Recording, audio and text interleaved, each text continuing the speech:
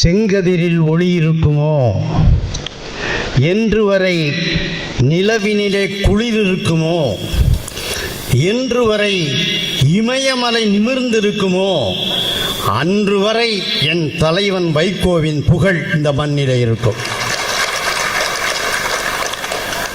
அந்திரிதாஸ் பட்டிமன்ற பல்கிவாலா அதெல்லாம் சொல்கிறதெல்லாம் முக்கியம் இல்லை. அவர் எதை சொல்கிறாருன்னா, 1 மணி நேரத்தில் முடிச்சிடு, அதான் முக்கியங்கிறது தான் சொல்கிறார். அவர் எவ்வளவு பெரிய அருமையான பேச்சாளர்கள்லாம் நம்மகிட்ட இருக்காங்க பாருங்கள். பெருமைக்கும் வணக்கத்திற்கும் பாராட்டுதலுக்கும் உரிய ஒப்பற்ற தப்பற்ற தலைவர், வணக்கத்துக்குரிய ஐயா வைகோ அவர்களே,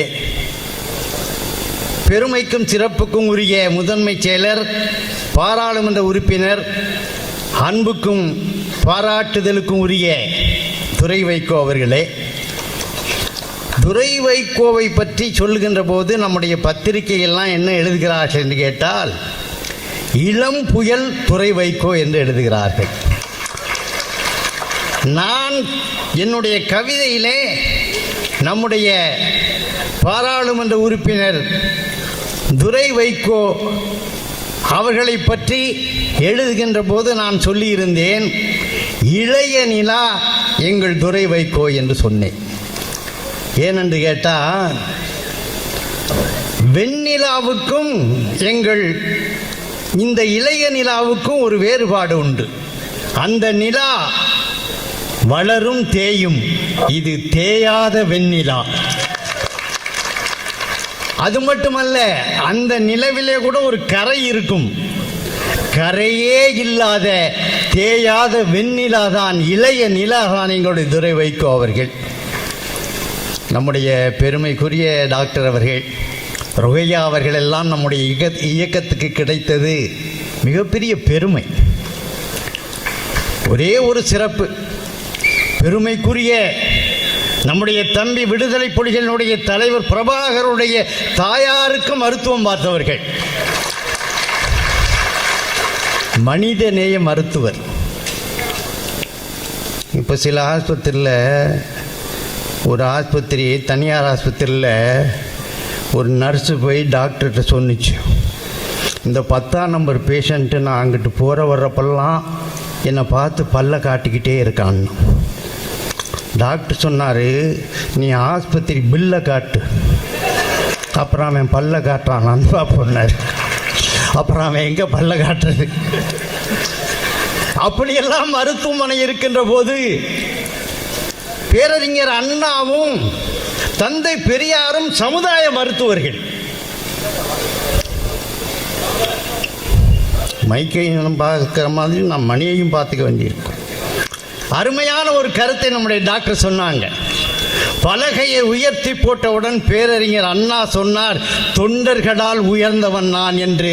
இந்த பிரசன்ஸ் ஆஃப் மைண்ட், சமயோஜித புத்தி, இதேதான் நம்முடைய தலைவர் வைகோ அவர்கள் பாராளுமன்றத்திலே இருக்கின்ற போது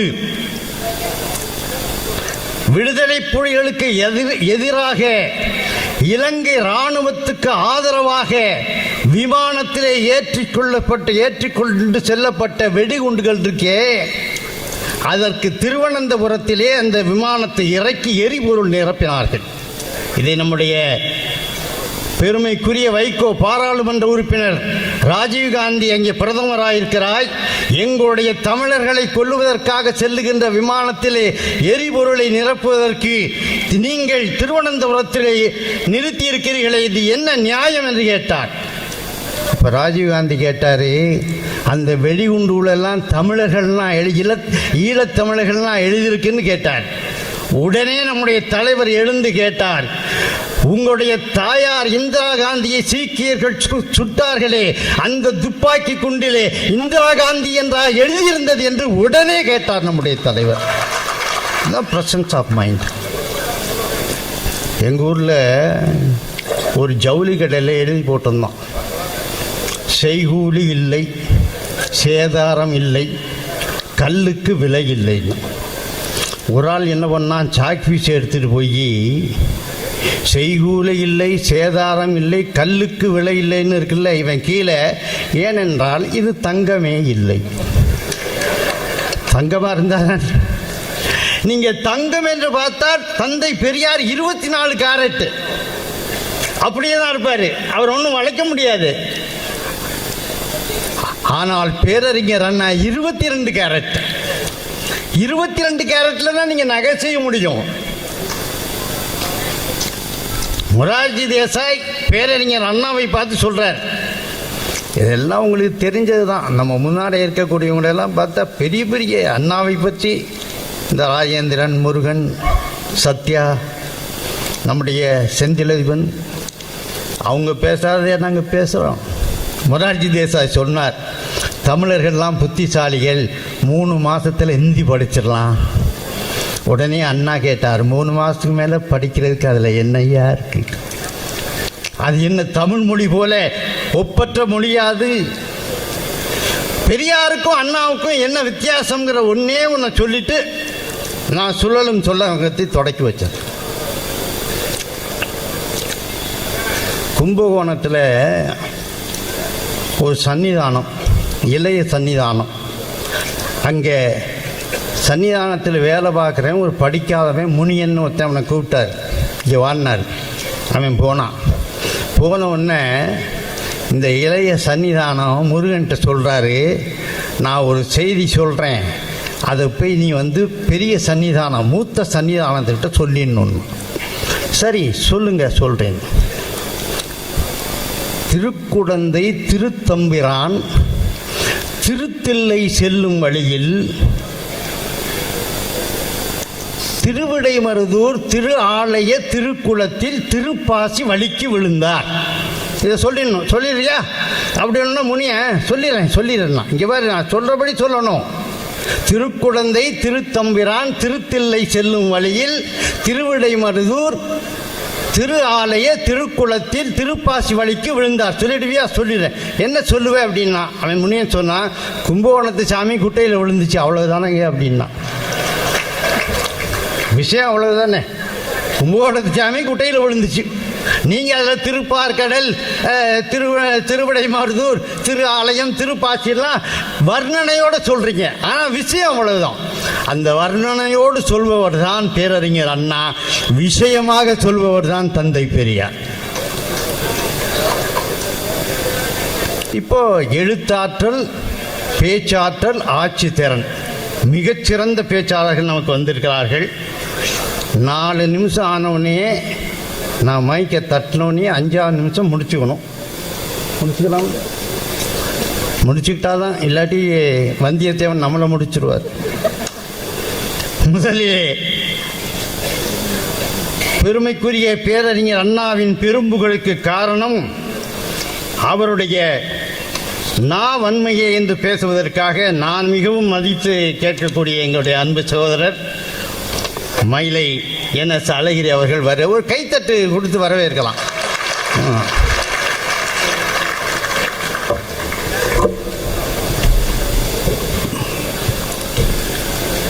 மத்தளங்குட்டி வரிசங்கம் நின்றூதி முத்தடை தாமம் முறை தாழ்ந்த காமராஜர் அவர்களுடைய பந்தலின் கீழ் வெற்றிகரமாக நடைபெறக்கூடிய அண்ணா அவர்களுடைய பிறந்தநாள் விழா நிகழ்ச்சியினுடைய தலைவர், நாடாளுமன்ற நாயகன், எங்களையெல்லாம் கொள்ளை கொண்டிருக்கக்கூடிய தலைவர், வணக்கத்திற்கும் பாராட்டுதலுக்கும் உரிய தலைவர் ஐயா அவர்களே, மதிப்பிற்கும் பாராட்டுதலுக்கும் உரிய இந்த நிகழ்ச்சியிலே கலந்து கொண்டிருக்கக்கூடிய சான்றோர் பெருமக்களே, மதிப்பிற்கும் பாராட்டுதலுக்கும் உரிய கதாநாயகனாக அமர்ந்திருக்கக்கூடிய, அவரை பார்த்தாலே எனக்கு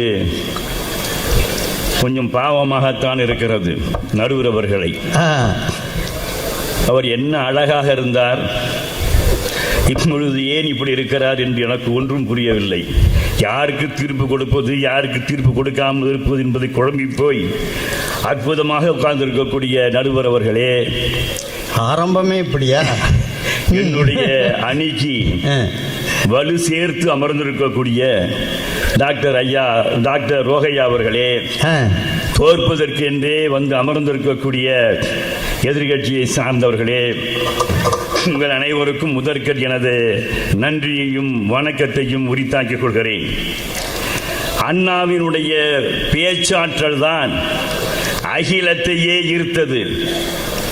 அண்ணா அவர்கள் இந்திய நாட்டினுடைய பாராளுமன்றத்திலே நுழைந்தார். 62 நுழைந்த பொழுது I am belong to Dravidian stock, நான் ஒரு திராவிட சமுதாயத்தை சேர்ந்தவன் என்று முதலாக தன்னுடைய பேச்சை ஆரம்பித்தார். அப்பொழுது அங்கிருந்த பாபு ஜெகஜீவன் அவர்கள் வந்து, ஆமாம், நான் கூட திராவிட சமுதாயத்தை சார்ந்தவன் தான், I am also a Dravidian stock என்று பாபு ஜெகஜீவன் அவர்களை சொல்ல வைத்த ஒரு அற்புதமான தலைவர் பேரறிஞர் அண்ணா என்பதை நீங்கள் நினைத்து பார்க்க வேண்டும். அதோடு மட்டுமல்ல, எதற்காக இந்தியை ஆட்சி மொழி ஆக்குகிறீர்கள் என்று கேட்ட நேரத்திலே அப்பொழுது சொன்னார்கள், இந்தியாவிலேயே ஹிந்தி மொழிதான் அதிகமாக பேசுகிறார்கள், அப்படி அதிகமாக பேசக்கூடிய மொழியைத்தானே இந்தியாவிலே ஆட்சி மொழியாக்க முடியும் என்று சொன்னார்கள். அப்போது தெளிவாக சொன்னார் பேரறிஞர் அண்ணா அவர்கள், அப்படி பார்த்தால் இந்தியாவிலே காக்காய் தான் அதிகமாக இருக்கிறது, கா கா என்று கத்திக் கொண்டிருக்கிறது.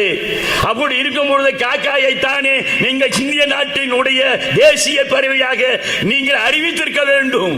எதற்காக நீங்கள் மயிலை அறிவித்தீர்கள்?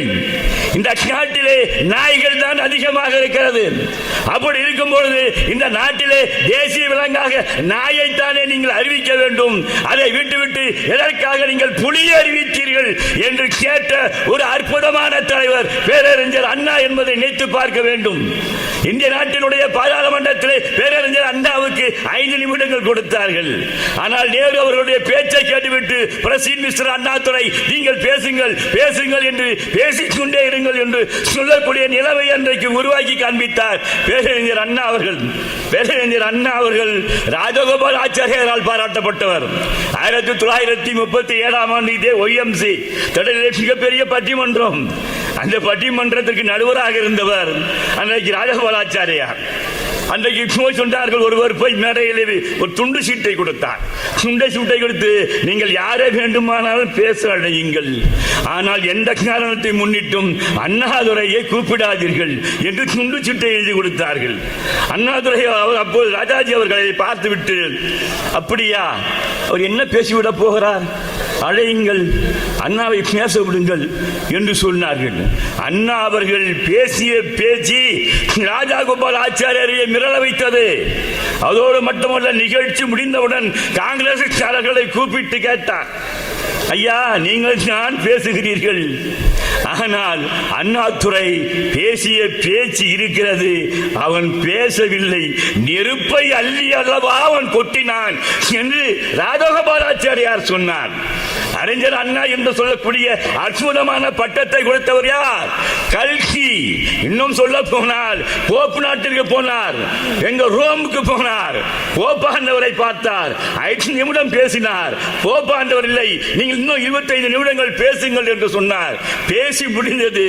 பேசி முடிந்ததற்கு பிறகு உங்களுக்கு என்ன வேண்டும் என்று கேட்டார்கள். நான் கேட்பதை நீங்கள் குறிப்பீர்களா என்று கேட்ட பொழுது போப்பாண்டவர் சொன்னார், நீங்கள் என்ன கேட்டாலும் நான் தருகிறேன் என்று சொன்னார். அப்படி என்றால் கோவாவினுடைய விடுதலை வீரன் இன்றைக்கு ராணடே கோசிகள் நாட்டிலே சிறையிலே அடைக்கப்பட்டிருக்கிறான், அவனுக்கு விடுதலை தாருங்கள் என்று பேரறிஞர் அண்ணா அவர்கள் போப்பாண்டவரை பார்த்து கேட்டார் என்று சொன்னால், உலக நாடுகளையே மிரள வைத்த தலைவன் பேச்சு துறையிலே பேரறிஞர் அண்ணாவை தவிர யாரும் கிடையாது.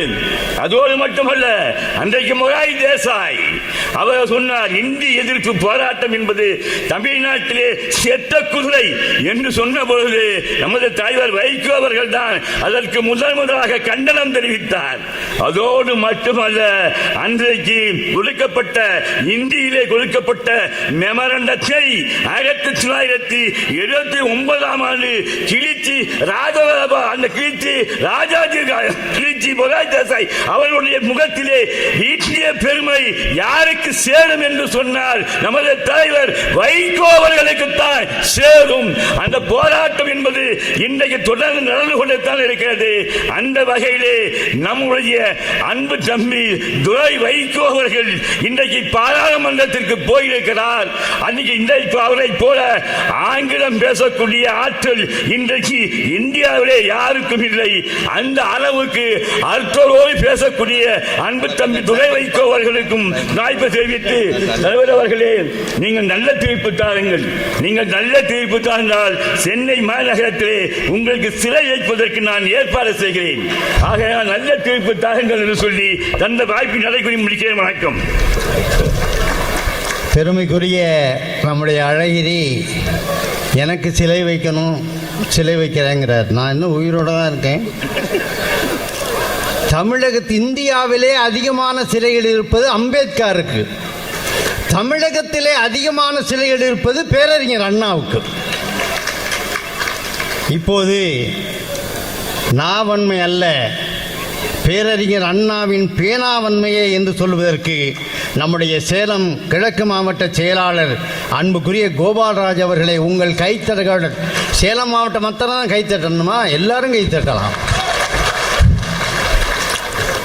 ஆரிய மாயையில் அமிழ்ந்து கிடந்த திராவிடர் விழாவில் வீரம் பாய்ச்சிய வித்தகு தலைவன் தமிழ்த்தாயின் தலைமகன் பேரறிஞர் அண்ணாவின் 116வது பிறந்த நாள் விழாவில் சுழலும் சொல்லரங்கம் நிகழ்வில் அண்ணாவின் நிலைத்த புகழுக்கு பெரிதும் காரணமாக இருப்பது பேனாவன்மையே என்கின்ற தலைப்பில் பேச வாய்ப்பளித்த கழகத்தின் பொதுச் செயலாளர் தியாகவேங்கை புரட்சி புயல் வைகோ அவர்களுக்கும், கழகம் ஒரு இக்கட்டான சூழலில் இருந்த பொழுது பல்லவ சாம்ராஜ்யம் வீழ்ச்சி அடைந்துவிடும் என்று வீணர்கள் கைகொட்டி சிரித்த பொழுது அதை முறியடித்து இன்றைக்கு மாமல்லன் எப்படி அன்றைக்கு பல்லவ சாம்ராஜ்யத்தை தூக்கி நிறுத்தினானோ அதே போல எங்களுக்கு வாய்த்திருக்கின்ற இரண்டாம் மாமல்லன் நம்முடைய கழகத்தின் இளம் புயல் முதன்மை செயலாளர் துரை வைகோ அவர்களே, இந்த நிகழ்வில் கலந்து கொண்டிருக்கின்ற தலைமை கழக நிர்வாகிகளே, தமிழகத்தின் 8 திக்கிலும் இருந்து வந்து கூடியிருக்கின்ற வைகோவின் வரிப்புலிகளே, உங்கள் அனைவருக்கும் வணக்கம். ஐயா அவர்கள் பேசினார்கள், அண்ணாவினுடைய பேச்சாற்றல் தான் சிறந்தது என்று. அண்ணாவினுடைய பேச்சாற்றல், எழுத்தாற்றல், ஆட்சியினுடைய பாங்கு அனைத்துமே சிறந்ததுதான். ஆனால் தோழர்களே, நான் இங்கே ஒரு செய்தியை பதிவு செய்கின்றேன். அண்ணா அவர்கள் பச்சையப்பன் கல்லூரியில் படிக்கின்ற பொழுதே 1932 காலத்திலே அவர் கட்டுரை போட்டியிலே மிகச்சிறந்த கட்டுரையை எழுதி முதல் பரிசை பெற்ற வரலாறு என்பது அண்ணாவுக்கு உண்டு. எப்பொழுது? பெரியாரிடமெல்லாம் சேருவதற்கு முன்னால் 1932 காலத்திலே அந்த கட்டுரையினுடைய பெயர் என்னென்று சொன்னால் மாஸ்கோ மார்க்ரேட் என்ற கட்டுரை. அப்படிப்பட்ட ஒரு சிறந்த ஒரு எழுத்தாளர் தான் பேரறிஞர் அண்ணா.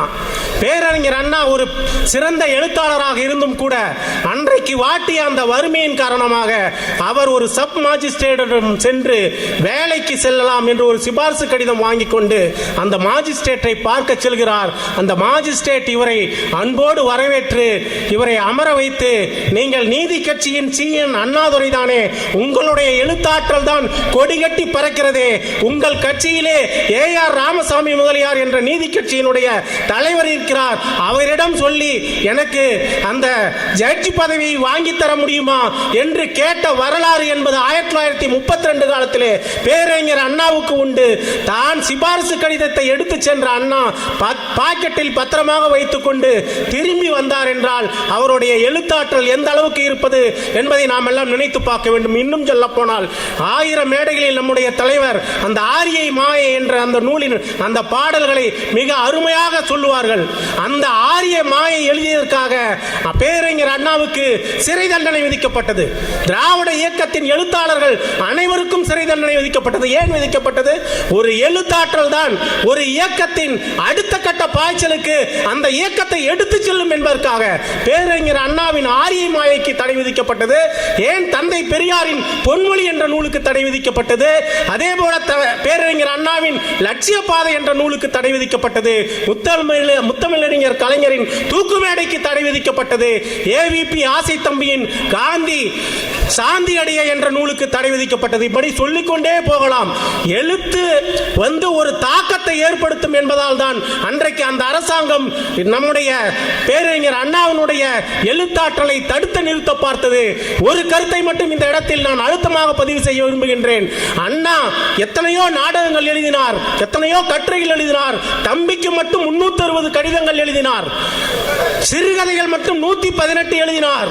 அவருடைய புதினங்கள் 6, அவருடைய குறும்புதினங்கள் 14, கவிதைகள் 70. இந்த மாதிரி அடுக்கிக் கொண்டே போகலாம். அண்ணா அவ்வளவு அளவுக்கு எழுத்தாற்றலில் சிறந்தவர்கள் இல்லை. ஏன் இன்னும் சொல்ல போனால் தந்தை பெரியாரே இந்த கலைகளிலும் இந்த திரைப்படத்திலும் ஆர்வம் இல்லாமல் இருந்த தந்தை பெரியார் தன்னுடைய பேரறிஞர் அண்ணாவினுடைய சிவாஜி என்ற இந்து சாம்ராஜ்யம் என்கின்ற அந்த நாடகத்தை பார்த்துவிட்டு அந்த நாடக கொட்டாயில் அந்த நாடகம் முடிந்தவுடன் தந்தை பெரியார் பேரறிஞர் அண்ணாவை பார்த்து, நான் 100 பொதுக்கூட்டங்களில் பேசுவதும் சரி, உன்னுடைய இந்த எழுத்தாற்றலின் மூலம் இங்கே நடத்தப்பட்ட இந்த நாடகமும் சரி என்கின்ற அந்த பாராட்டுரையை பெற்ற ஒரே தலைவர் என்று சொன்னால் நம்முடைய பேரறிஞர் அண்ணா அவர்கள் தான். அப்படிப்பட்ட எழுத்தாற்றலுக்கு சொந்தக்காரர். இன்னும் சொல்ல போனால் நம்முடைய பொதுச் செயலாளர் அழகாக பதிவு செய்திருக்கிறார். அவருடைய பொடா சிறைவாசத்தின் நாட்களிலே நான் பேரறிஞர் அண்ணாவை நான் இளம் வயதில் மாணவர் தலைவனாக இருந்து பார்க்கின்ற போகும்பொழுது என்னோடு சேர்ந்து எல்லா மாணவர்களும் வந்தார்கள். மாணவர் தலைவர் தேர்தலில் தோல்வியுற்றோம். அதற்காக ஆறுதல் அடைய நம்முடைய அண்ணாவை பார்க்க சென்றோம். அப்பொழுது எங்களை எல்லாம் அவர்கள் பார்த்து கொண்டே வருகிறார்கள் கூர்ந்து. அந்த நேரத்தில் நான் கைகளிலே ஒரு நூலை வைத்திருந்தேன். அந்த நூலை பேரறிஞர் அண்ணா அவர்கள் உற்று நோக்கினார்கள். அந்த நூல் என்ன என்று என்னிடம் கேட்டார்கள்.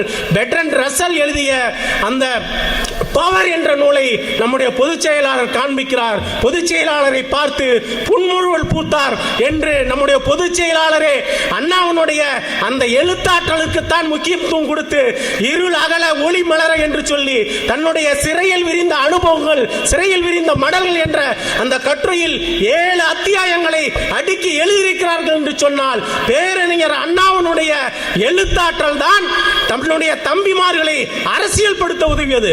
உலக வரலாற்றை எல்லாம் தன்னுடைய தம்பிமார்களுக்கு பந்தி வைத்து அவர்களை அரசியல் களத்திலே அறிவூட்டி செயலாக்க வைத்த வரலாறு என்பது எழுத்தாற்றலுக்கு தான் உண்டே ஒழிய அந்த எழுத்தாற்றலின் மூலம்தான் பிற்காலத்தில் அந்த ஆட்சி அதிகாரம் அனைத்தும் வந்தது.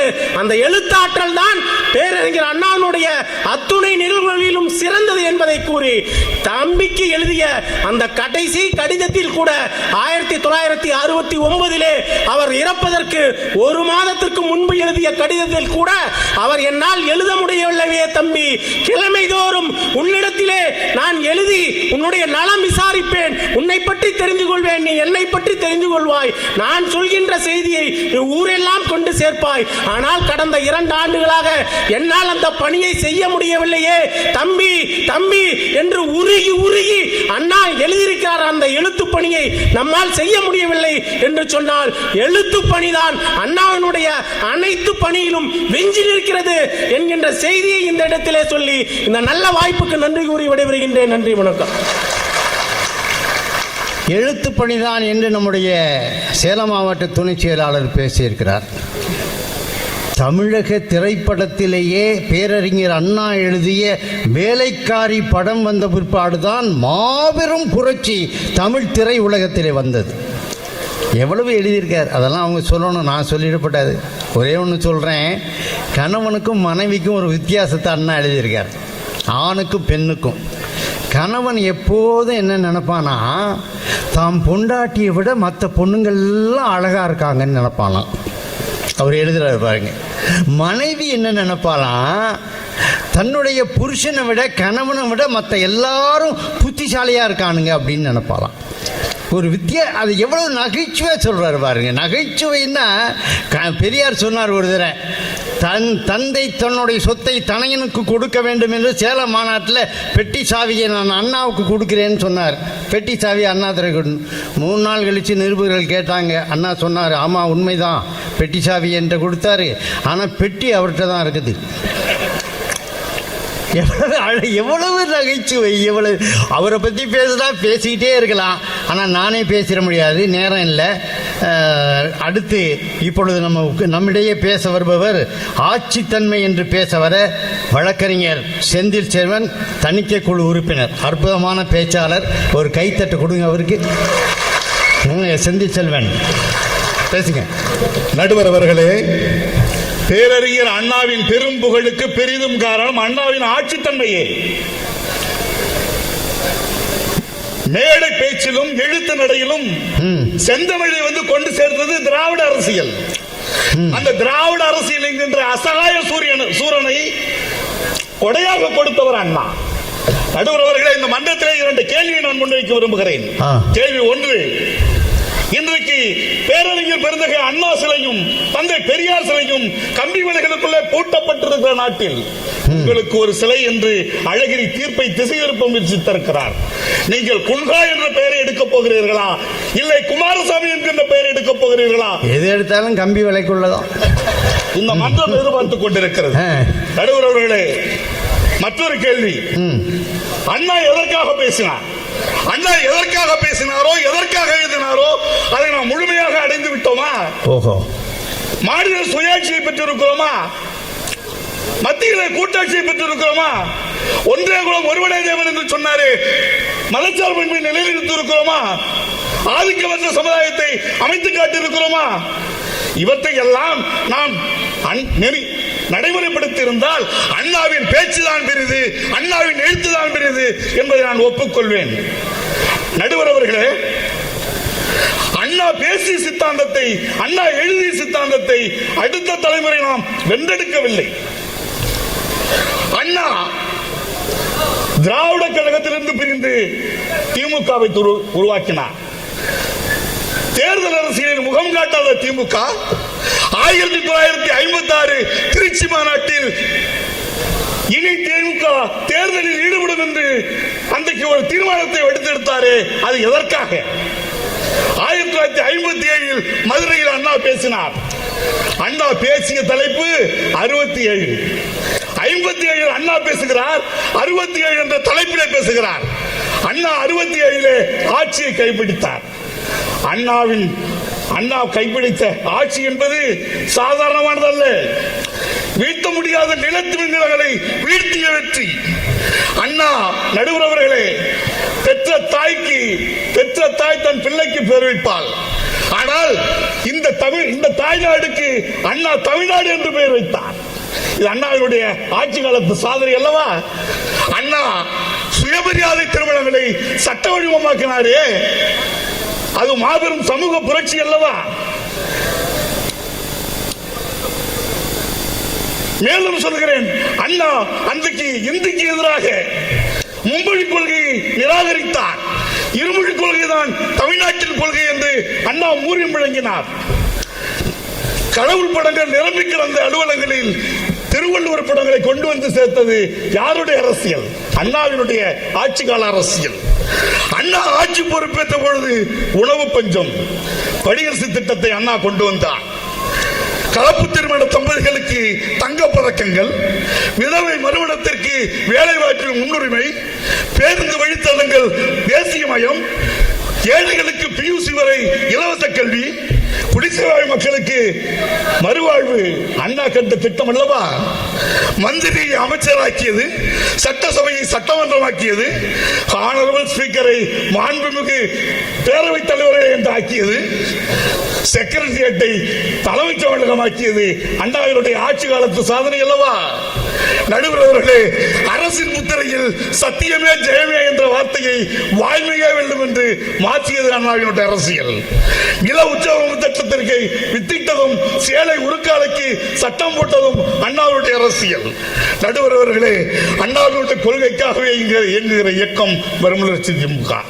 ஆட்சி இல்லை, அதிகாரம் இல்லை, ஆனால் தன்னந்தனியாக தலைவர் வைகோ அவர்கள் நதிகளை தேசியமயமாக்கினார். நடுவர் அவர்களே, இந்திய துணைக்கண்டத்தின் பிரதமரை தமிழ்நாட்டுக்கு வர வைத்து மறுமலர்ச்சி திமுக மாநாட்டில் கொழும்பு துறைமுகத்தின் வருவாயால் கொழுத்து கிடந்த சிங்கள வெறிநாய்களின் கொட்டத்து கிடக்க சேது கால்வாய் திட்டம், அண்ணா கண்ட திட்டத்தை உருவாக்கி தந்த தலைவர் நமது தலைவர். அருமை தலைவர்களே, நாம் வென்றிருக்கிறோம்.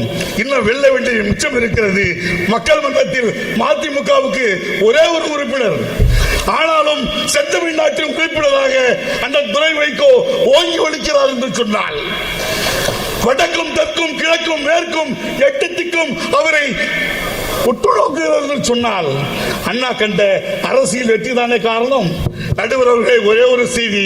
மக்களவையிலே கடைசியாக நடந்த ஒரு கூட்டம், அந்த கூட்டத்திலே பிரதமர் நரேந்திர மோடி, சபாநாயகர் ஓம் பிர்லா ஒரு மேடையில் அமர்ந்திருக்கிறார்கள். இடதுபுறத்திலே அமித்ஷாவும் ராஜ்நாத் சிங்கும் அமர்ந்திருக்கிறார்கள். எதிர்புறத்திலே எதிர்கட்சி தலைவர் ராகுல் காந்தி அமர வேண்டும். ஆனால் அந்த கூட்டத்திலே இன்றைய சபாநாயகர் ஓம் பிர்லாவுக்கும் எதிர்கட்சி தலைவராக இருந்து நாளைய பிரதமராக வர இருக்கிற ராகுல் காந்திக்கும் இடையிலே 30 ஆண்டு காலம் பாராளுமன்றத்தை நடுநடுங்க வைத்த தலைவர், தி டைகர் ஆஃப் பார்லிமெண்ட், வைகோவின் மகன் துரை வைகோவுக்கு இருக்கை ஒதுக்கப்படுகிறது என்று சொன்னால், தலைவர் அவர்களே, இது சர்வதேச சமூகத்திற்கு குறிப்பிட்டிருக்கிற வெற்றி செய்தி. விடைபெறுகிறேன். நன்றி, வணக்கம். நம்முடைய அருமைக்குரிய செந்தில் செல்வன் ரொம்ப அற்புதமாக சொல்லியிருக்கார். கலப்பு திருமணம், சாதி மறுப்பு திருமணத்தை அரசுடைமை ஆக்கியது, சட்டம் இயற்றியது அண்ணா தானே. பெரியார்கிட்ட ஒருத்தன் கல்யாணம் பண்ணிட்டு வேற ஜாதி பொண்ணை கட்டிட்டு போய் பெரியார்கிட்ட போய் அவர்கிட்ட ஆசீர்வாதம் வாங்க போயிருக்கான். பெரியார்கிட்ட கலப்பு திருமணம் நாங்கள் பண்ணிக்கிட்டோம், கலப்பு திருமணம் பண்ணிக்கிட்டனால எங்களை ஆசீர்வாதம் பண்ணணும்னு பெரியார் சொன்னாராம். நீ ஒரு ஆம்பளை ஒரு பொம்பளையே கட்டியிருக்க, அது எப்படி கலப்பு திருமணம் ஆகும்? நீ ஒரு வேளை எரும மாட்டை கட்டியிருந்தேன்னு வை, அது கலப்பு திருமணம். ஆம்பளை பொம்பளை தானப்பா கட்டணும் அப்படின்னாராம் பெரியார். ஒரு விஷயத்தை ரொம்ப அற்புதமாக நம்ம செந்தில் செல்வன் சொன்னார்.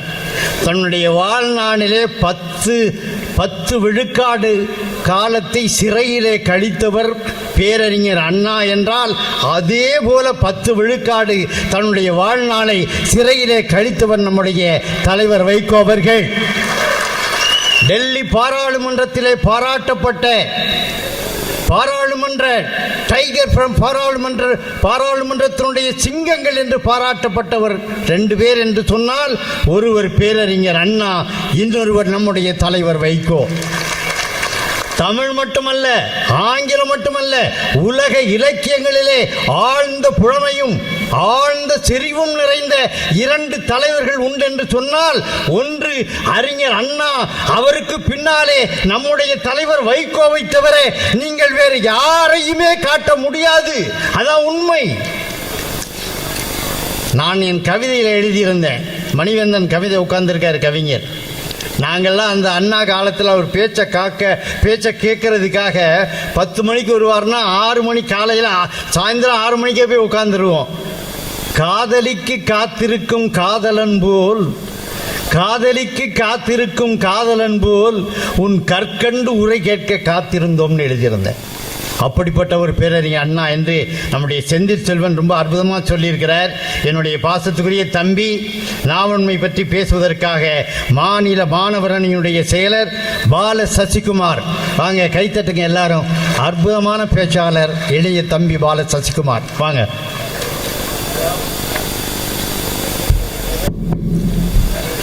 திராவிட இயக்கத்தின் பிதாமகன், வங்கக் கரையோரம் கண்ணுறங்குகின்ற தங்கத் தலைவன், தமிழ்த்தாயின் தலைமகன் பேரறிஞர் அண்ணா அவர்களின் 116வது பிறந்தநாள் விழாவில் பேரறிஞர் அண்ணா அவர்களின் பெரும் புகழுக்கு பெரிதும் காரணம் அவருடைய நாவன்மையே என்ற தலைப்பில் உரையாற்ற வாய்ப்பளித்த தலைவர் வைகோ அவர்கள் உள்ளிட்ட அவைக்கு என்னுடைய வணக்கத்தை தெரிவித்துக் கொள்கிறேன்.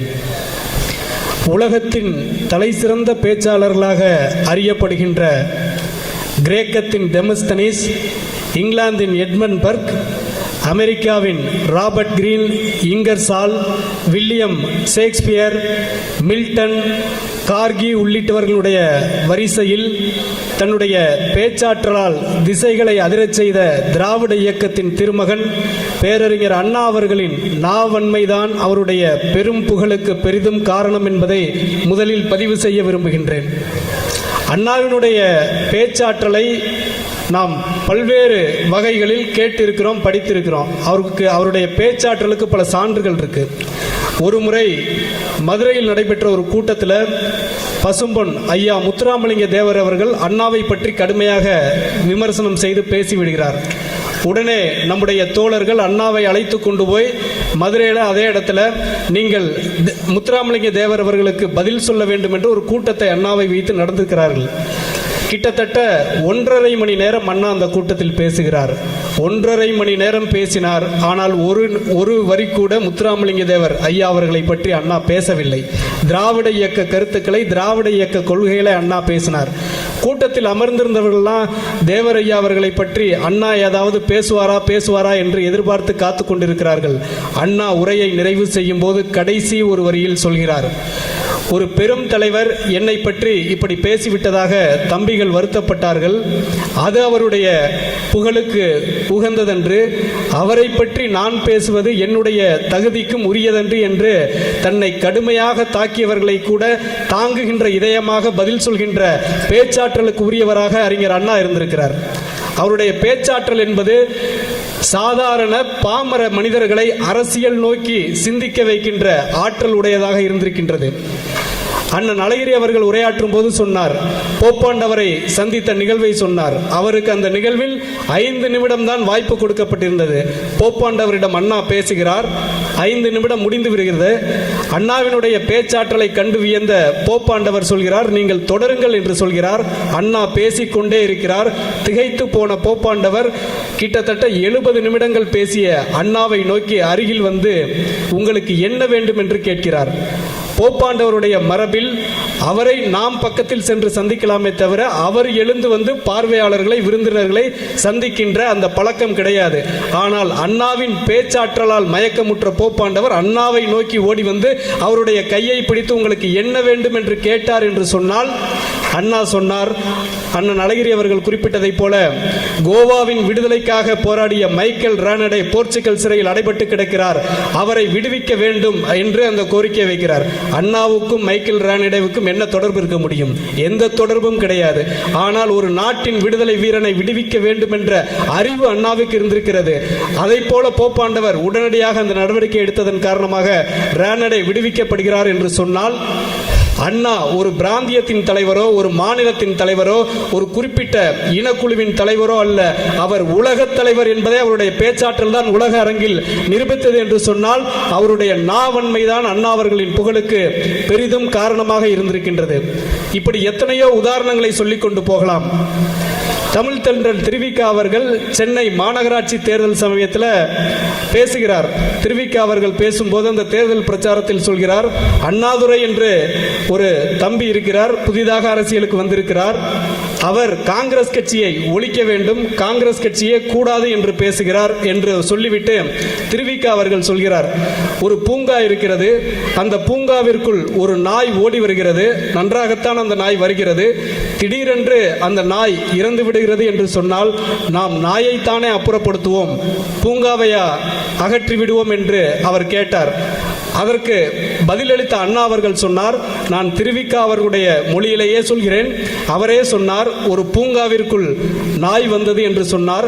நாய் வந்தது என்று சொன்னதோடு அவர் நிறுத்தியிருந்தால் இதற்கு நான் பதில் சொல்ல வேண்டிய தேவை இருந்திருக்காது. ஆனால் அந்த நாய் நன்றாகத்தான் வந்தது என்று திருவிக்கா அவர்கள் சொன்னார்.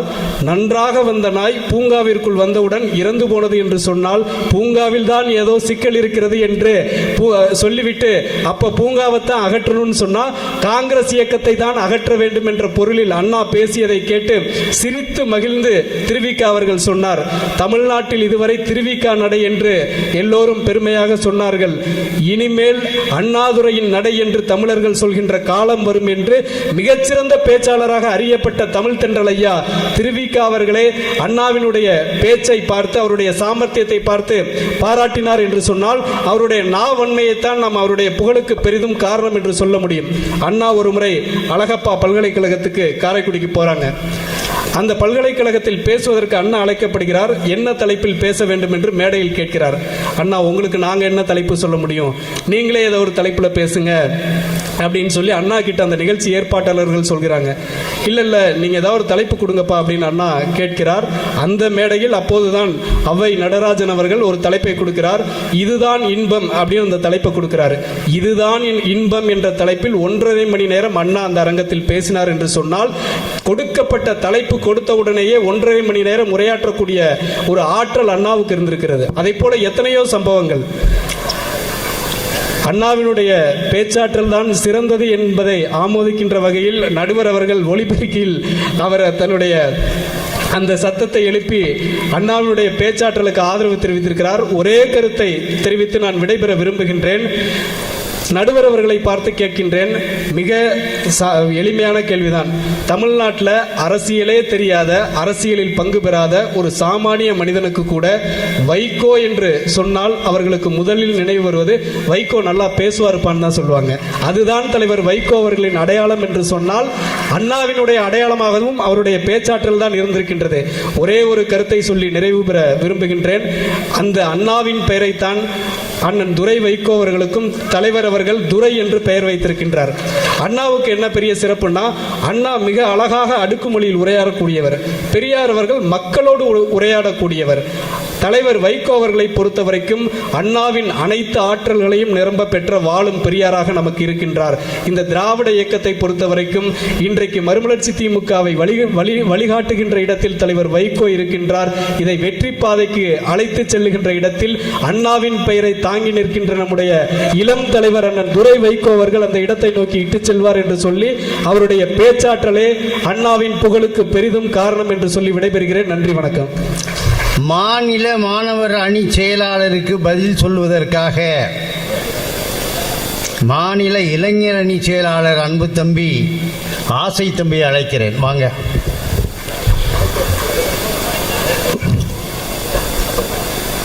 பேனாவன்மையை என்ற தலைப்பில் பேசுகிறார். ஏன்னா அவர் பேசினது பேச்சுன்னா அண்ணாவுடைய பேச்சும் நம்ம வைகோ ஐயாவுடைய பேச்சும் கேட்பவங்களை கட்டி போடுற மாதிரி இருக்கும். எங்கள் ஊரில் ஒருத்தர் 2 மணி நேரம் பேசினார், அவரை கட்டி போட்டானுங்க. நீ இனிமேல் எங்கேயும் பேச போகக்கூடாதுயா, நீ எங்கேயும் போகக்கூடாதுன்னு அவரை கட்டி போட்டாங்க. பேரறிஞர் அண்ணா அவர்களின் 116வது பிறந்தநாள் விழாவில் தலைவர் வைகோ, இளம் தலைவர் அண்ணன் துரை வைகோ உள்ளிட்ட தலைமை கழக நிர்வாகிகளை வணங்கி என்னுடைய உரையை தொடங்குகிறேன். அண்ணாவின் எழுதுகோள் தலை குனிந்த போது தமிழ் தலை நிமிர்ந்தது என்றார் கவிக்கோ அப்துல் ரஹ்மான் அவர்கள். கட்டுரைகள், கடிதங்கள், கவிதைகள், கதைகள், நாவல்களால், திரைக்கதை வசனங்களால், தன்னுடைய எழுத்தால், பேச்சால், செயலால், சொல்லால் தமிழர்களின் இதயத்தில் நிரந்தரமாய் இடம் பிடித்த சாமானியனின் சரித்திரம் பேரறிஞர் அண்ணா. சட்டமன்றத்திலும், சட்டமன்ற மேலவையிலும், மாநிலங்களவையிலும், மக்களவையிலும் என 4 அவைகளிலும் அங்கம் வகித்த தமிழ்நாட்டைச் சேர்ந்த ஒரே அரசியல் கட்சி தலைவர் பேரறிஞர் அண்ணா அவர்கள். இந்த சிறப்பு வேறு எவருக்கும் கிடையாது. நெசவாளர் குடும்பத்தில் பிறந்து காஞ்சியிலே பள்ளி படிப்பை முடித்து சென்னை பச்சையப்பன் கல்லூரியிலே BA ஆனர்ஸ் படித்து 1932ஆம் ஆண்டு அண்ணன் கோபால்ராஜு அவர்கள் குறிப்பிட்டதைப் போல மாஸ்கோ மார்பரேட் என்ற தலைப்பிலே ஆங்கில கட்டுரையில் முதல் பரிசை வென்றார். அது மட்டுமல்ல, கல்லூரி மாணவனாக இருந்து பல்வேறு கட்டுரை போட்டிகளிலே பங்கேற்று பல்வேறு பரிசுகளை பெற்றவர் அறிஞர் அண்ணா அவர்கள். அறிஞர் அண்ணா அவர்கள் கட்டுரை போட்டிகளிலே பரிசை வென்றதற்கு பின்னர் தான் நடுவர் அவர்களை நீங்கள் குறித்துக் கொள்ள வேண்டும், கல்லூரியினுடைய இறுதி ஆண்டிலே தான் பேச்சாளராக அண்ணா அவர்கள் உருவெடுக்கிறார். அண்ணாவினுடைய கனவு என்பது சட்டக்கல்லூரி படிக்க வேண்டும் என்பது. சட்டத்தை படிப்பதற்கு 1935ஆம் ஆண்டு சென்னை சட்டக்கல்லூரியிலே மாணவனாக சேர்ந்து படிக்க தொடங்குகிறார். 3 மாதத்திற்கு மேல் அவரால் படிப்பு தொடங்க முடியவில்லை. காரணம் அண்ணாவினுடைய வறுமை. அண்ணா தன்னுடைய வறுமையை போக்குவதற்கு என்ன செய்தார் தெரியுமா தோழர்களே? பாலபாரதி, நவகியம் போன்ற இதழ்களுக்கு ஆசிரியராகவும் துணை ஆசிரியராகவும் பணியாற்றியவர் அறிஞர் அண்ணா அவர்கள். ஆகவே நடுவர் அவர்களே, கட்டுரை போட்டிகளிலே பரிசுகளை வென்று அதன் பின்னர் தான் அண்ணா அவர்கள் பேச்சாளராக உருவெடுத்தார் என்பதை நீங்கள் குறித்துக் கொள்ள வேண்டும். அது மட்டுமல்ல, இன்றைக்கு ஏவிஎம் நிறுவனத்திலே ஏவி மெய்யப்பா செட்டியார் அவர்கள் ரூபாய் 10,000 அண்ணா அவர்களிடம் கொடுத்து ஒரு படத்திற்கு திரைக்கதை வசனம் நீங்கள் எழுத வேண்டும் என்று சொல்லி கொடுக்கிறார். அண்ணா அவர்கள் ஒரு நாள் இரவு உணவை அருந்திவிட்டு இரவு 10 மணி அளவிலே ஒரு சொம்பு தண்ணீரும் வெற்றிலை பாக்கும் எழுது பலகையும் எடுத்து வாருங்கள் என்று சொல்லிவிட்டு இரவு 10 மணிக்கு எழுத தொடங்கிய அண்ணா அவர்கள் ஒரு அடித்தல் திருத்தல் இல்லாமல் 300 பக்கங்களை விடியற்காலை பொழுதில் எழுதி முடித்தார். அதுதான் அண்ணாவின் ஓரிரவு. அது மட்டுமல்ல, செஞ்சினத்தினுடைய தலைவராக மாசேத்துங் அவர்கள் ஆட்சி பொறுப்பேற்ற காலகட்டம். அப்போது அண்ணாவினுடைய மாலை மணி இதழிலே முதல் பக்கத்திலே ஒரு தலைப்பிலே சீனாவின் சிகப்பு சுதந்திரம் என்ற தலைப்பை கட்டுரை எழுதுகிறார் அறிஞர் அண்ணா அவர்கள். அதை பிழை திருத்தத்திற்கு அந்த கட்டுரை வருகிறது. பொறுப்பாசிரியர் பிழை திருத்துகிறார். அப்போது அண்ணா தலைப்பிட்ட சீனாவின் சிகப்பு சுதந்திரம் என்பது சிகப்பு என்று இருக்கக்கூடாது, சிவப்பு என்றுதான் இருக்க வேண்டும் என்று பொறுப்பாசிரியர் அவர்கள் நாவலர் நெடுஞ்செழியன் அவர்களிடம் தெரிவிக்கிறார். நாவலர் அவர்கள் உடனே குறிப்பிடுகிறார், அண்ணா எழுதியது அப்படியே இருக்கட்டும் என்று சொல்கிறார்.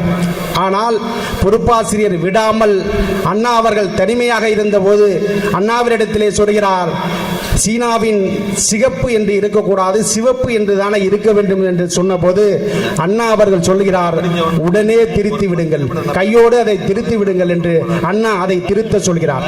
அண்ணாவினுடைய பேனாவன்மையில் தன்னடக்கமும் பணிவும் இருந்தது. அண்ணாவினுடைய பேனாவன்மையில் ஒரு இலக்கணம் இருந்தது.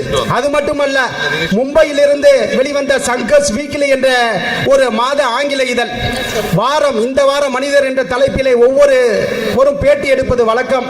அப்படி சங்கர்ஸ் வீக்லி என்று சொல்லக்கூடிய செய்தியாளர்கள் அண்ணாவிடம் பேட்டி எடுக்கிறார்கள். அண்ணாவிடத்திலே கேட்கிறார், நடுவர் அவர்களே, நீங்கள் குறித்துக் கொள்ள வேண்டும். செய்தியாளர் அண்ணாவிடத்திலே கேட்கிற போது, நீங்கள் ஒவ்வொரு நாளும் வெவ்வேறு தலைப்புகளில் புதிய புதிய செய்திகளை சொல்கிறீர்களே, இதை எப்படி தயாரிக்கிறீர்கள், இது எப்படி சாத்தியம் என்று சங்கர்ஸ் வீக்லி செய்தியாளர் கேட்டபோது அறிஞர் அண்ணா அவர்கள் சொன்னார், ஒரு நல்ல எழுத்தாளனாக இருந்தால் ஒரு நல்ல பேச்சாளனாக இருக்க முடியும். ஒரு நல்ல எழுத்தாளன் என்று சொன்னால் ஒரு கட்டுரையிலே ஒரு பகுதியிலே இருக்கக்கூடிய ஒரு பகுதியை எடுத்துக்கொண்டு 1 மணி நேரம் பேச முடியும். ஆகவே அண்ணாவின் பெரும் புகழுக்கு காரணம் பேனாவன்மை என்று நான் சொல்லவில்லை, அண்ணா அவர்களே சொல்லிவிட்டு சென்றிருக்கிறார். அது மட்டுமல்ல, 1934ஆம் ஆண்டு கொக்கரக்கோ என்ற சிறுகதை ஆனந்த விகடன் போட்டியில் பங்கேற்று முதல் பரிசை வென்றது. 1934ஆம் ஆண்டு அண்ணா அவர்கள் எழுதிய முதல் சிறுகதை கொக்கரக்கோ. 1966ஆம் ஆண்டு அண்ணா அவர்கள் எழுதிய கடைசி சிறுகதை பொங்கல் பரிசு. இந்த 2 சிறுகதைக்கும் இயற்கையாகவே ஒரு ஒற்றுமை அமைந்திருக்கிறது. என்னவென்று கேட்டால், புதிய விடியலையும் புதிய வாழ்வையும் எதிர்காலத்தையும் எதிர்கால நம்பிக்கையும் மையமாக எழுதியது கொக்கரக்கோ. அதை போல ஆனந்தத்தை, மகிழ்ச்சியை, கொண்டாட்டத்தை, மனநிறைவை மையமாக கொண்டு எழுதியது பொங்கல் பரிசு என்று சொல்லி இயற்கையாகவே இந்த 2 சிறுகதைகளுக்கும் அண்ணாவிற்கு ஒரு ஒற்றுமை அமைந்தது. அதை போல சோசியலிஸ்ட் கட்சியினுடைய தலைவராக இருந்தவர் ராம் மனோகர் லோகியா. அவர் மேன்கைண்ட் என்ற பத்திரிகையினுடைய ஆசிரியராகவும் இருந்தார். அப்படி இருக்கிற போது ஆங்கிலமே வெளியேறு, இந்தியை அரியணை ஏற்றுவோம், இந்தியை அரியணை ஏற்றும் வரை எங்கள் உயிரை கொடுக்கவும் தயாராக இருக்கிறோம், திராவிட முன்னேற்ற கழகம் மக்கள் இயக்கம் அல்ல, அது வெறுமனே உள்ள இயக்கம் என்று சொல்லி திராவிட முன்னேற்ற கழகத்தை கடுமையாக விமர்சித்து எழுதுகிறார். இதை கண்ட ஹோம்லன், அண்ணாவினுடைய ஹோம்லன் இதழாசிரியர் பொறுப்பாசிரியர் வெங்கடாச்சலம் அவர்கள் கடும் கோபத்திற்கு உள்ளாகி ஒரு கடுமையான விமர்சனத்தை முன்வைத்து ஒரு கட்டுரையை தீட்டுகிறார். அந்த கட்டுரையை அறிஞர் அண்ணாவின் பார்வைக்கு வைக்கிறார். அறிஞர் அண்ணா அவர்கள் பொறுப்பாசிரியர் வெங்கடாச்சலம் அவர்களை பார்த்து மெல்ல புன்னகைக்கிறார். இந்த மேன்கன் பத்திரிகை தமிழகத்தில் எத்தனை பிரதிகள் போகும் என்று கேட்கிறார். அண்ணாவே பதில் அளிக்கிறார், 50 போகுமா என்று கேட்கிறார்.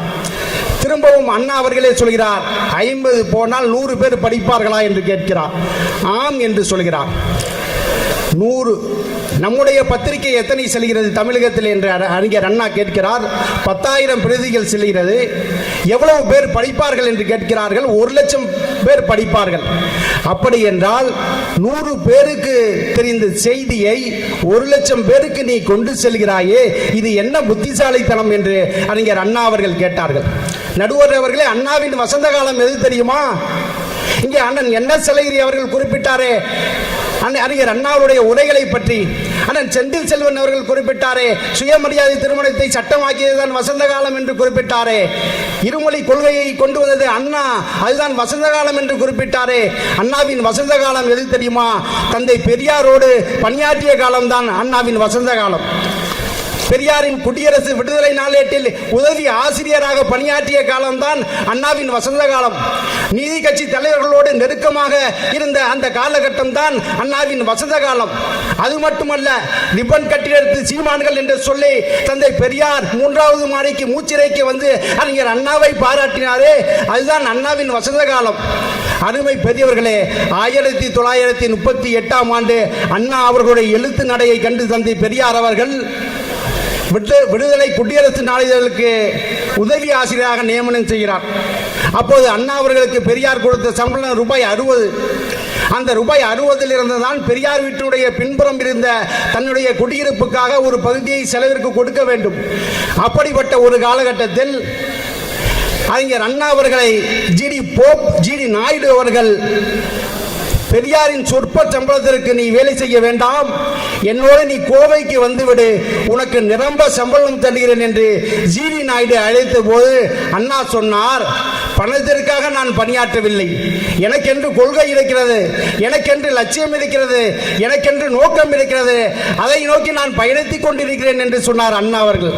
அருமை பெரியவர்களே, அண்ணாவின் பெரும் புகழுக்கு காரணம் பேனா வன்மையே என்று சொல்வதற்கு கடிதங்கள் இருக்கிறது, கட்டுரைகள் இருக்கிறது, கதைகள் இருக்கிறது. ஆகவே அண்ணாவின் பெரும்புகழுக்கு காரணம் ஆரியம் இருக்கும் இடம் என்று சொல்லி, பார்ப்பனம் எங்களுக்கு பார்ப்பனர்கள் எதிரி அல்ல, பார்ப்பனியம் தான் எதிரி என்று சொன்னாலே அதை அண்ணாவின் பேனாவன்மை என்று சொல்வதா? கொட்டை 9 என்று கொட்டை சிறை எண் 9 என்ற தலைப்பிலே சைதாப்பேட்டை கிளை சிறையிலே அண்ணா தன்னுடைய சிறை அனுபவத்தை குறிப்பிட்டாரே, அதை அண்ணாவின் பேனாவன்மை என்று சொல்வதா?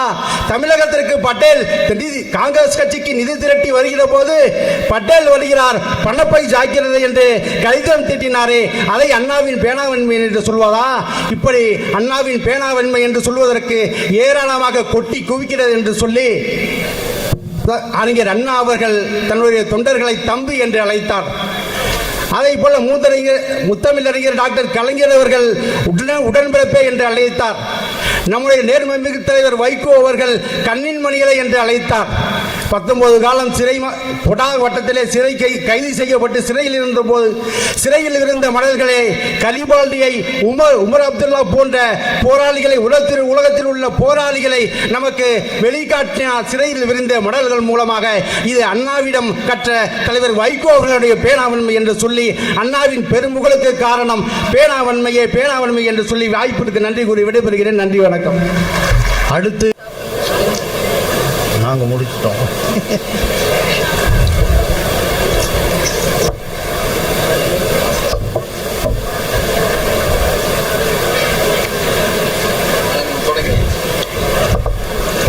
இப்பொழுது சுழலும் சொல்லரங்கம் தொடங்குகிறது. இந்த சுழலும் சொல்லரங்கத்தினுடைய நிறைவு பேச்சாளர் இப்போது பேசப் போகிறார். அதற்கு முன்னாலே உங்களுடைய கவனமெல்லாம் நாம் இதுவரை பேசியதிலே இருக்க வேண்டும். கண்ணதாசனுடைய ஒரு பாட்டு எனக்கு ரொம்ப பிடிக்கும். நம்முடைய திராவிட பொன்னாடே என்று அவர் எழுதிய பாட்டு. அந்த பாட்டிலே 4 வரி எனக்கு ரொம்ப பிடிக்கும். சிங்கள தீவின் நதிக்கரையில் எங்கள் செந்தமிழ் தோழர் பவனி வந்தார், எகிப்திய நாட்டின் நதிக்கரையில் எங்கள் இளந்தமிழ் தோழர் நடை நடந்தார், வில்லவன் சேரன் பாண்டிய நாட்டின் வேல்வெளியாளை மனமுடித்தான், விளைகின்ற செல்வம் வளர்கின்ற தங்கம் திசைதோறும் இசை பாடும் தாய் நாடே எங்கள் திராவிட பொன்னாடே. அலைமேவும் தென்னாடே.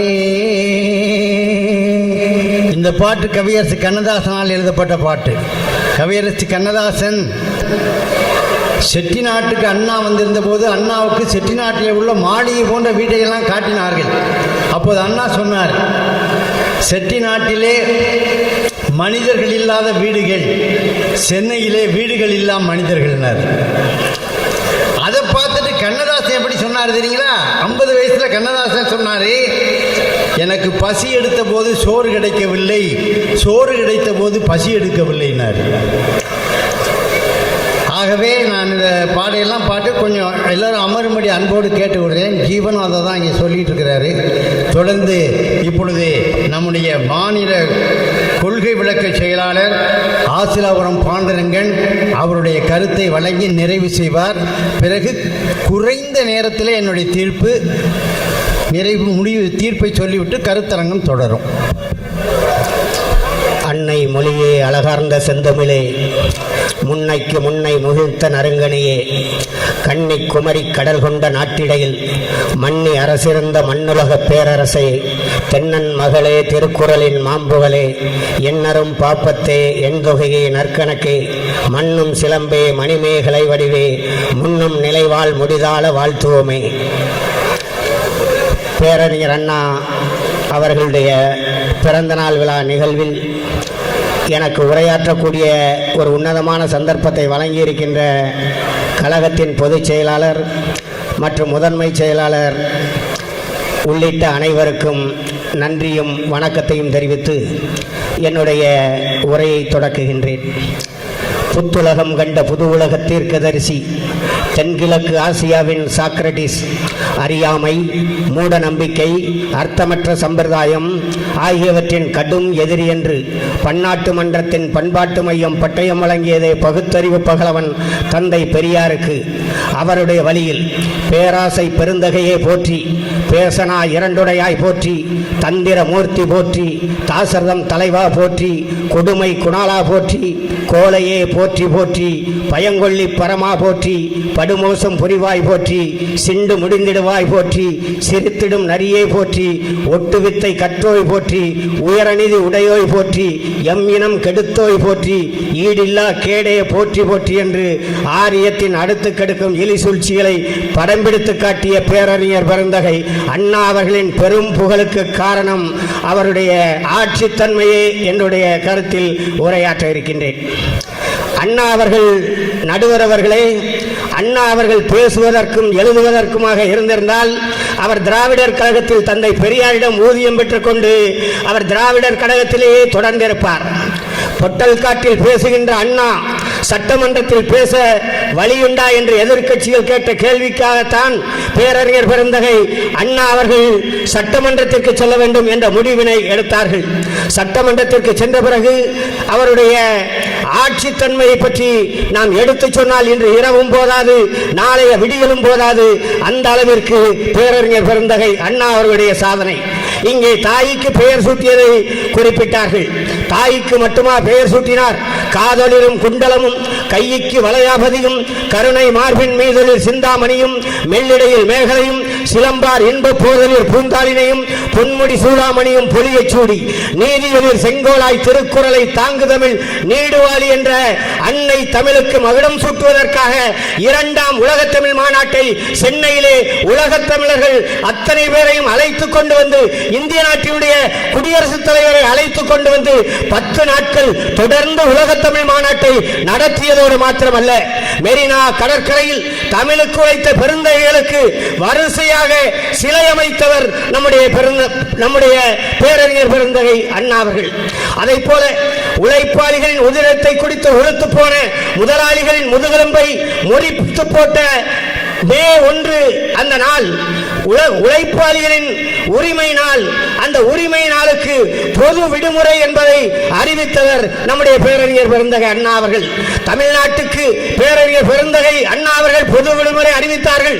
அண்ணாவின் வழியில் அண்ணாவின் தம்பி இந்திய நாடு முழுவதற்கும் VP சிங் அவருடைய காலத்தில் பொது விடுமுறையை பெற்றுத் தந்தவர் நம்முடைய தலைவர் வைகோ என்பதை நாம் நினைவு கூற வேண்டும். அதை போல இங்கே படியரிசி திட்டத்தை பற்றி குறிப்பிட்டார்கள். 3 படி லட்சியம் 1 படி நிச்சயம் என்று நாடு பஞ்சத்தில் இருந்தது. அதற்கு முன்பு ஆட்சி செய்தவர்கள் எல்லாம் விழாக்கால தடை சட்டம் என்ற ஒன்றை குறிப்பிட்டார்கள். அந்த தடை சட்டத்தின் மூலமாக எண்ணிக்கைக்கு அதிகமாக விருந்து நடத்தினால் அவர்கள் மீது நடவடிக்கை எடுக்கப்படும் என்பதை எல்லாம் குறிப்பிட்டார்கள். விழாவிலே தாசில்தாருடைய வேலை எச்சில் இலை எண்ணப்பட்டது. இப்படிப்பட்ட சூழ்நிலையில் தான் ஆட்சிக்கு வருகின்றார் நம்முடைய பேரறிஞர் பெருந்தகை அண்ணா அவர்கள்.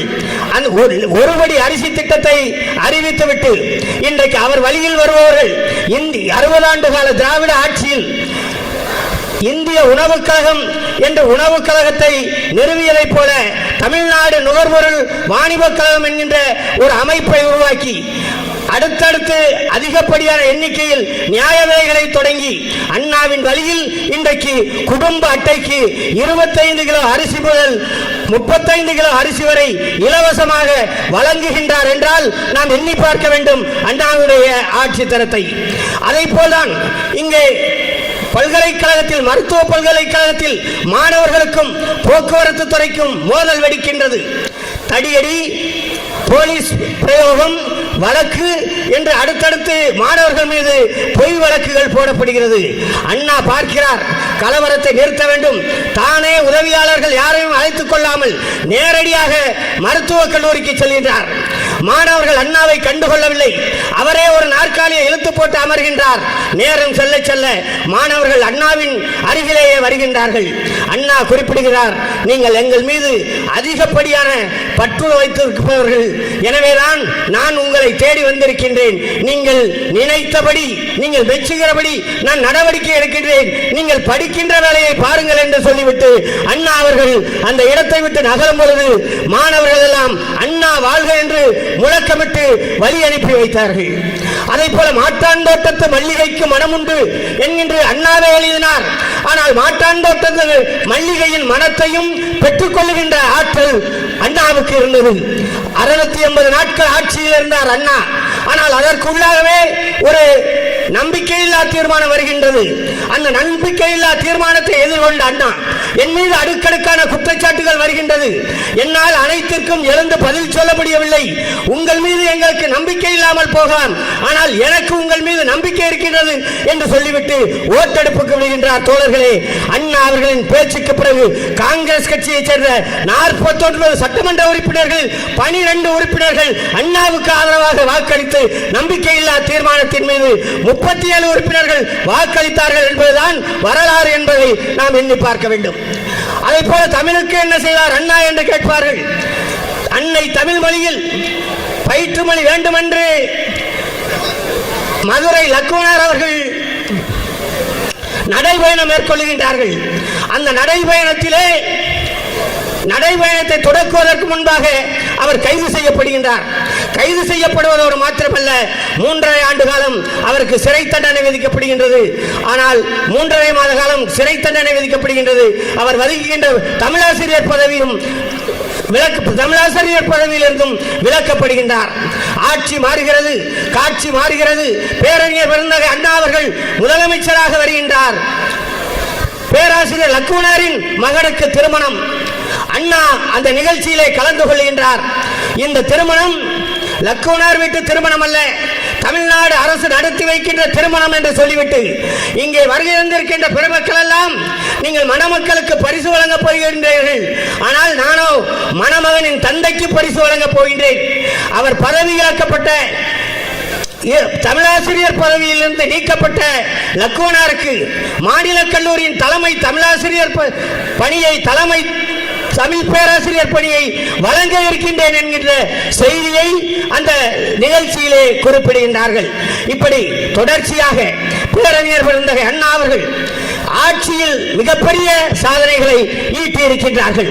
ஆந்திரகேசரி பிரகாசம், ஓமந்தூர் ராமசாமி ரெட்டியார், மூதறிஞர் ராஜாஜி, பெருந்தலைவர் காமராஜ், முத்தமிழறிஞர் டாக்டர் கலைஞர், புரட்சி நடிகர் எம்ஜிஆர், புரட்சி தலைவி செல்வி ஜெயலலிதா போன்ற மறைந்த முதலமைச்சர்கள் மத்தியில் மக்கள் மனதை விட்டு ஒரு சில முதலமைச்சர்கள் நீங்கிக் கொண்டிருக்கின்ற நிலையில் அன்று முதல் இன்று வரை என்றும் மக்கள் மனதில் நிரந்தரமாக இடம் பிடித்திருக்கின்ற பேரறிஞர் பெருந்தகை அண்ணா அவர்களின் பெரும்புகளுக்கு காரணம் ஆட்சி தன்மையே என்பதை சொல்லி இந்த நேரத்தில் அண்ணாவின் வழியில் அயராது பயணிக்கின்ற ஒரு இயக்கம் வற்றாத வங்க கடலாக, வாடாத வண்ண மலராக, ஓயாத கடல் அலையாக, உறையாத பெருமலையாக, தீரர் கோட்டமாய், தீந்தமிழர் பாசறையாய், தென்னாட்டின் பொன்னேராய், காருள்ளளவும் கடல் நீருள்ளளவும் சந்திர சூரியர்கள் இருக்கும் வரைக்கும் இருக்கக்கூடிய மறுமலர்ச்சி திராவிட முன்னேற்ற கழகத்தை வார்ப்பித்த சிற்பி, திராவிட இயக்கத்தின் போர்வாள் மக்கள் தலைவர் வைகோ அவர்கள்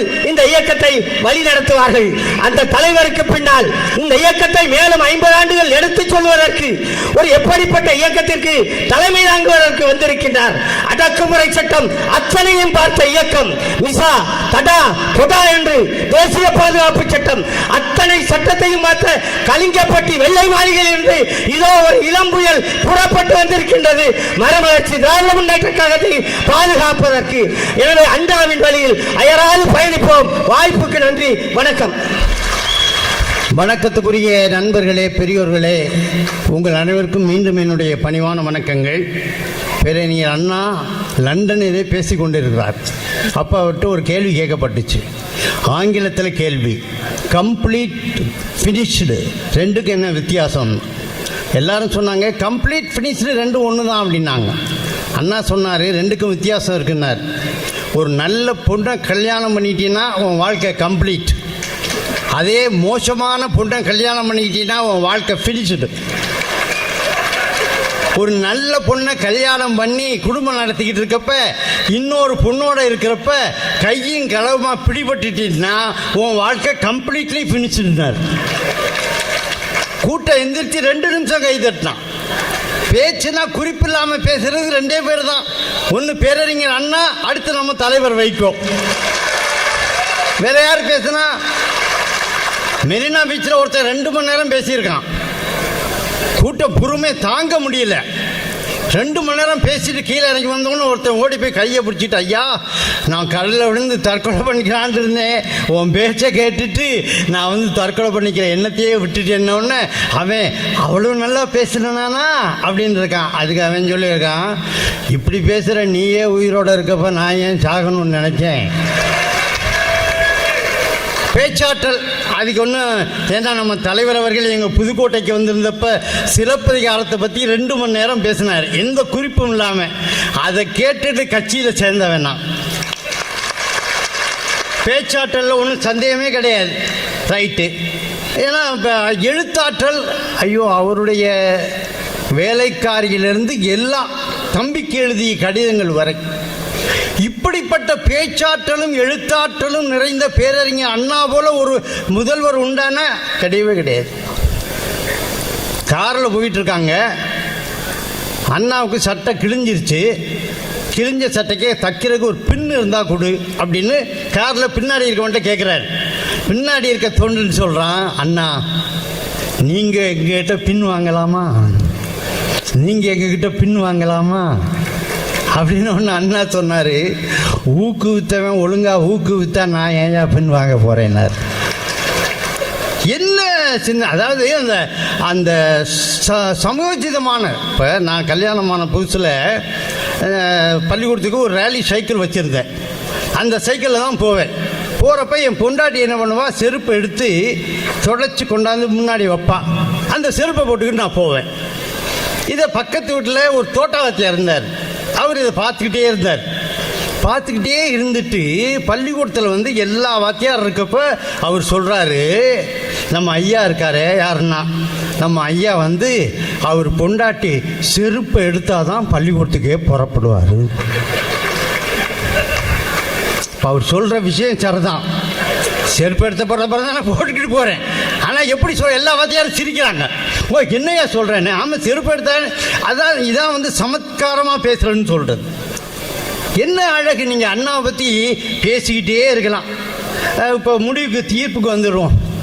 நான் அண்மையில் நம்முடைய பெருமைக்குரிய பெரம்பலூர் ரோவர் கல்லூரியினுடைய தாளாளர் வந்திருக்கிறார். அவர் வந்து அமெரிக்காவுக்கு போயிட்டு அமெரிக்க பயணத்தை முடிச்சுட்டு வந்திருக்கார். அமெரிக்காவையும் இந்தியாவையும் பொருளாதாரத்தை பற்றி 1 மணி நேரம் பேசினார். நான் அப்படியே அசந்து போனேன்.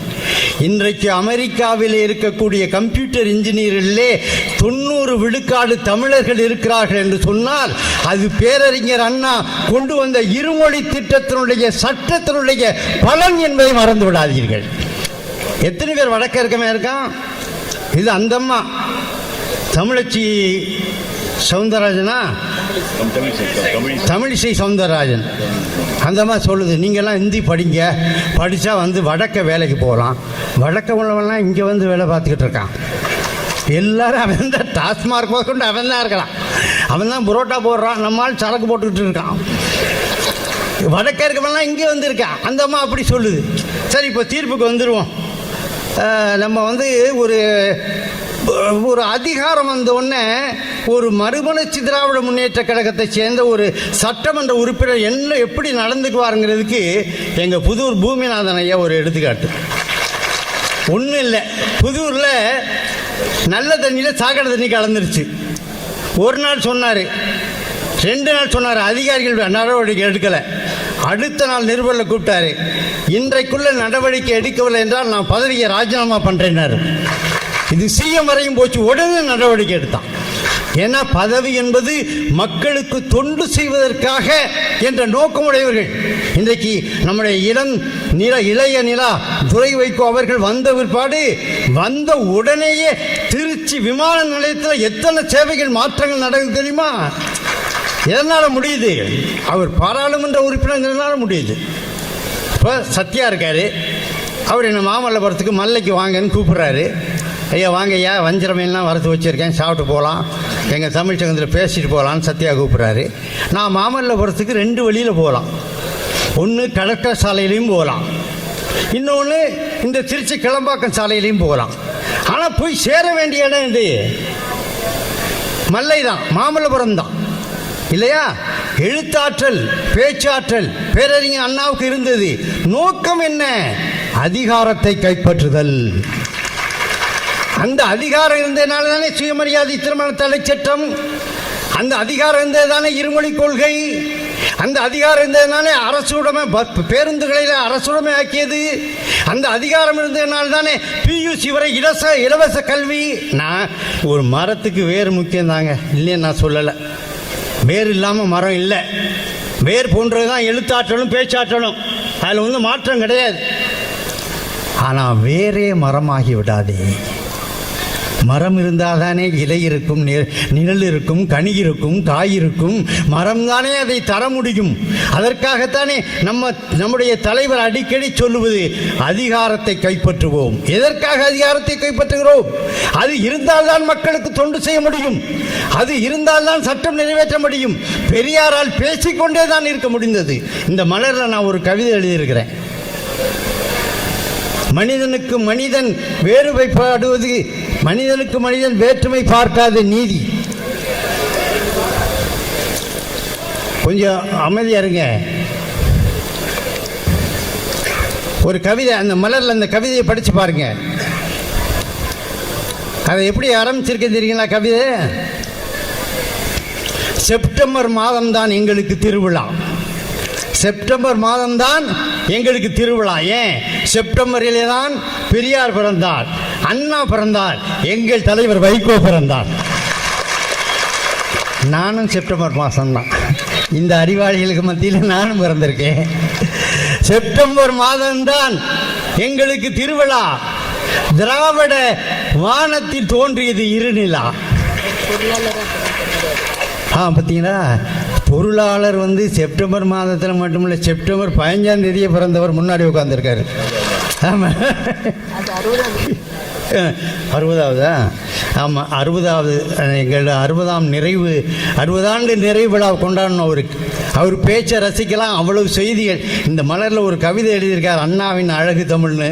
அதை நான் திரும்ப திரும்ப படித்து பார்த்தேன். அவ்வளவு அழகாக எழுதியிருக்கிறார். எப்படிப்பட்ட ஆற்றல் நிறைந்த பேச்சாளர்கள், எழுத்தாளர்கள்லாம் நம்மகிட்ட இருக்கிறோம். ஆகவே ஒன்றை மறந்து விடாதீர்கள், நாம் அதிகாரத்தை கைப்பற்றினால்தான் நல்லது செய்ய முடியும். பெரியாரால் ஒன்றும் செய்ய முடியல. பெரியார் சொல்லிக்கிட்டே தான் இருந்தார். ஜாதி மறுப்பு என்பதை சத்தமாக சொன்னவர் பெரியார், அதை சட்டமாக செய்தவர் பேரறிஞர் அண்ணா. ஆகவே எழுத்தாற்றல் பேச்சாளர் ஒன்றுமே இல்லாமல் சில பேர் இருக்காங்க. அவர் தான் முதலமைச்சர் ஆகிட்டார். ஒருத்தர் சொல்கிறாரு கம்பராமாயணத்தை சேக்கலார் தான் எழுதினார். அவர் தான் 5 வருஷம் முதலமைச்சராக இருந்துட்டார். அவருக்கு என்ன எழுத்தாற்றல் இருந்துச்சா? பேச்சாளத்தை ஒன்றும் இல்லை. இதெல்லாம் அரசியல் விபத்து. அவர்லாம் முதலமைச்சராக வந்தது அரசியல் விபத்து. அதை பற்றி நம்ம பேச வேண்டாம். ஆனால் திராவிட இயக்கம் இருக்கிறதே, இன்றைக்கு இந்திய துணைக்கண்டத்திலேயே தமிழகம் ஓங்கி நிற்கிறது என்று சொன்னால், மிகப்பெரிய தத்துவாசிரியன் ரஜினி சென்ற ஓஷோ சொல்லுகிறான், இந்தியாவிலே தமிழர்கள் தான் மூத்த குடி, தமிழ் இனம்தான் இந்திய மண்ணுக்கு சொந்தக்காரர்கள், தென்னாட்டுக்காரன் தான் தமிழர்கள் தான் தென்னாட்டை சேர்ந்தவர்கள் தான் இந்த மண்ணுக்கு சொந்தக்காரர்கள், வடக்கே இருப்பவர்கள் எல்லாம் பிற இடங்களிலிருந்து வந்தவர்கள் என்று நாங்கள் சொல்லவில்லை, மகாராஷ்டிராவிலே பிறந்த ரஜினி சொல்லுகிறார். அப்படிப்பட்ட பெருமை நிலைநாட்டி சென்றது தந்தை பெரியாரும் நம்முடைய பேரறிஞர் அண்ணாவும். நயகரா நீர்வீழ்ச்சி போல நம்முடைய பேரறிஞர் அண்ணாவும் நம்முடைய ஐயா வைகோ அவர்களும். நயகரா நீர்வீழ்ச்சியில் உலகம் தோன்றிய காலத்தில் இருந்து தண்ணி கொட்டிக்கிட்டே இருக்கு, இன்னும் தண்ணி வத்தலை. நயகரா நீர்வீழ்ச்சியை நீங்கள் அமெரிக்காவில் இருந்து பார்த்தாலும் அழகாக இருக்கும். நான் டொரண்டோ கனடாவில் 3 தடவை போய் பார்த்துருக்கேன், அப்பயும் அழகாக இருக்கும். அதே போல பெரியாரோடு இருந்த போதும் அண்ணா ஜொலித்தார். அதே போல அவர் முதலமைச்சராக இருந்தது நீண்ட காலம் இல்லை, 2 ஆண்டுகளுக்குள் தான் இருந்தார். அப்படி இருக்கும்போது கூட அவர் சட்டத்தை நிறைவேற்ற முடிந்தது என்று சொன்னால், மற்ற எல்லா திறமைகளையும் வழிநடத்தி கொண்டு போய் சென்று ஆட்சி பொறுப்பை அவர் பிடித்த காரணத்தினால் தான் இது செய்ய முடிந்தது. என்ற காரணத்தினால் ஆட்சி பொறுப்பே என்பதை தீர்ப்பாக சொல்லி எங்களை வியக்க வைத்த அன்புக்குரிய மறுமலர்ச்சி சொந்தங்களுக்கு மீண்டும் இந்த குழுவின் சார்பாக, நம்முடைய தொடக்க உரை நிகழ்த்திய நம்முடைய மருத்துவர் ரொகையா சார்பாக நன்றி கூறி விடைபெறுகிறேன். நன்றி, வணக்கம்.